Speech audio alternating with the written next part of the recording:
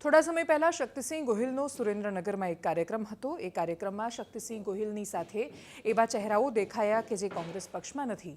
કોંગ્રેસ પક્ષના એ સમયે કાર્યકર્તાઓએ પ્રશ્ન કર્યો કે જે લોકો ખરા સમયે અણીના સમયે કોંગ્રેસને છોડીને વારંવાર જઈ ચૂક્યા છે એ લોકો પર ભરોસો કરીને એમને શું કામ બેસાડવાના, પરંતુ કોંગ્રેસ પક્ષે બધાને સ્વીકારીશું એ પ્રકારની વૃત્તિ અથવા જવાબ રાખ્યો।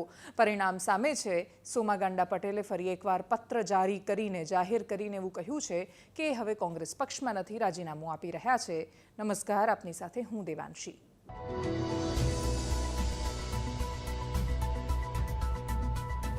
સોમા ગાંડા પટેલ કોંગ્રેસમાં રહે કે કોંગ્રેસ છોડીને જાય એનાથી કોંગ્રેસને કેટલો ફાયદો કે નુકસાન એ આખો અલગ ચર્ચાનો વિષય છે।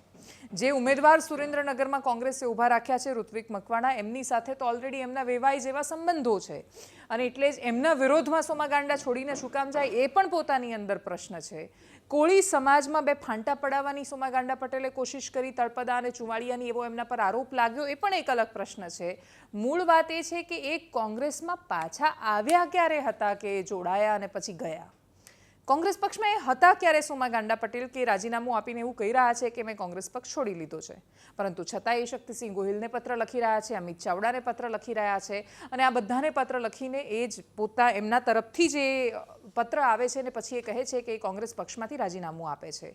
સોમા ગાંડા પટેલ પહેલા ભારતીય જનતા પાર્ટીમાં પણ હતા, લડ્યા, જીત્યા, પછી ટિકિટ ન મળી તો કોંગ્રેસમાં આવ્યા, પાછી ટિકિટ લેવા માટે જે તે સમયે શંકરસિંહ વાઘેલાના ત્યાં પણ 2022ની ચૂંટણી વખતે આંટાફેરા કરતા દેખાયા હતા।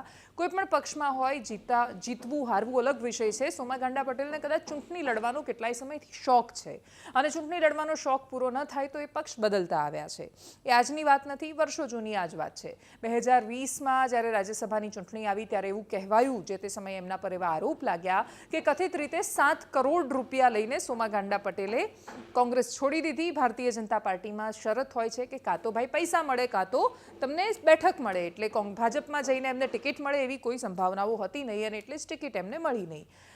7 કરોડ રૂપિયા વપરાઈ ગયા હશે કદાચ, અથવા જે પણ કારણ હોય, સોમા ગાંડા પટેલ ફરી એકવાર એક્ટિવ થયા। પ્રશ્ન અહીંયા સોમા ગાંડા પટેલ કે એમના રાજીનામા કરતાં પણ વિશેષ એ કોંગ્રેસ પક્ષ માટે છે કે જે વ્યક્તિ તમને ખરા સમયે અણીના સમયે છોડીને જાય છે એવા વ્યક્તિને જો તમે તમારા કાર્યક્રમમાં સામેલ કરો છો અને પોતાની પાર્ટીમાં જ છે એ રીતે વર્તન કરો છો તો પછી આ તમારી સાથે થવાનું છે અને એટલા જ માટે જે વ્યક્તિ કોંગ્રેસમાં જોડાયા જ નથી અધિકારિક રીતે એ કોંગ્રેસમાંથી રાજીનામું આપી રહ્યા છે કરતાં પણ કોંગ્રેસના આલાકમાનના મોઢા પર ફેંકી રહ્યા છે। નમસ્કાર।